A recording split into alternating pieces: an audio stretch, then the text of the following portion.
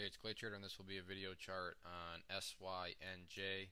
I'm going to go over a few different time frames on this and kind of give a overall picture of what's going on for the shorter term day traders, swing traders, and then the people that are holding on for a little while longer. This right here is the daily chart represented by the D up here.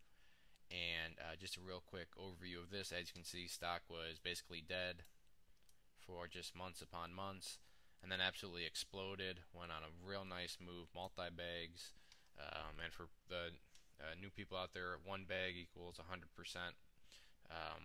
so a 5-bagger would be a 500% move, but multi-bag move here, and then we had this bigger day where profit takers and so forth started to step in, and as you can see, that was on the biggest volume day, and have since then been consolidating.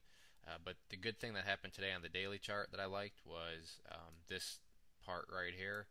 This maroon line is the 10-day simple moving average, and price did pull back, however found nice support there and bounced back up and closed for a doji on the day. And doji candles aren't bullish, aren't bearish, they're just a sign of indecision. But you know, obviously a candle with indecision is better than something that looks like that. So good to see that the bulls bounced it back up off that support and that you got a nice little candle here that formed. So now let's hop down to the 60 minute level, and there's kind of a theme here that I want to talk about in these shorter time frame levels, and it has to do with what moving averages all these time levels are at. So here we have the 60 minute, and the first thing that pretty much sticks out is obviously here was a nice move, formed a high up here, had another little bounce, put a high in there before pulling back down. Now this is good and bad in a couple senses. Bad that is as high as it went when you go and compare it to this high up here. Just this was a much lower high. However, at the same time, when it pulled back again, it did find support right in this area.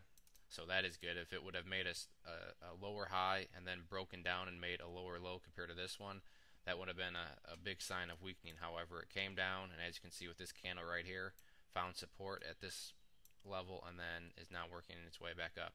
The other thing that we want to keep our eye on and monitor is this purple line here, which is the 50 period simple moving average.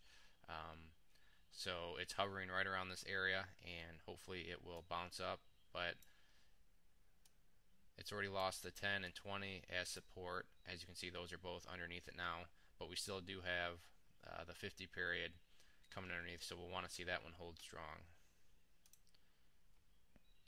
Now this is the 30-minute time frame, and same philosophy as the other one. Put in a high here, a high here.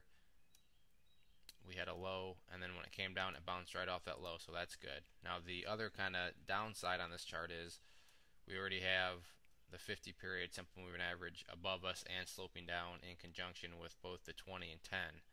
So right now we're battling sort of a little miniature downtrend here on the 30 minute chart, and our next moving average isn't down here until 0.0014 at the 200 period.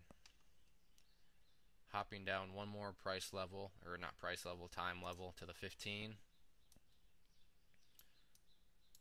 you can see that it looks quite a bit like the 60 minute, except instead of sitting on the 50 period, which is this purple line, we are now sitting on this orange line, which is the 200 period. So this is going to be an early warning sign for all the other time periods. What I mean by that is if we see this low fail, that means that the 200 period has failed also, and that's never a good thing when you see the 200 period simple moving average fail.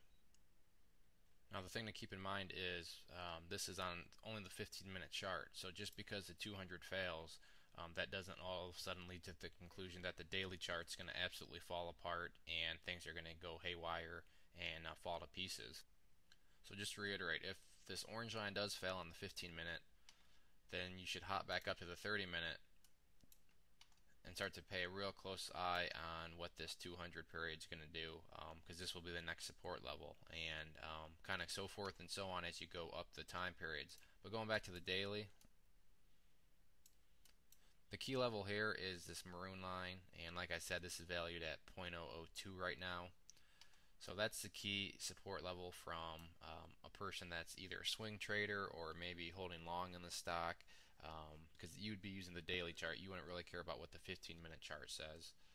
But keep your eye on this maroon line, and if that one doesn't hold, then you also have the middle Bollinger Band, this gray line here, which is valued at 0.0012. So these are going to be your two key support levels on the daily chart. But overall, just doing some consolidating, but I did want to point out kind of those events on the shorter term time frames that you should also probably keep your eye on, especially if you're just a weekly swing trader, or maybe just swing trade a couple of days. You'll definitely want to keep your eye on those price levels. Once again, this was SYNJ. If you have any questions, shoot me a message and I'll do my best to help you out. Thanks for listening.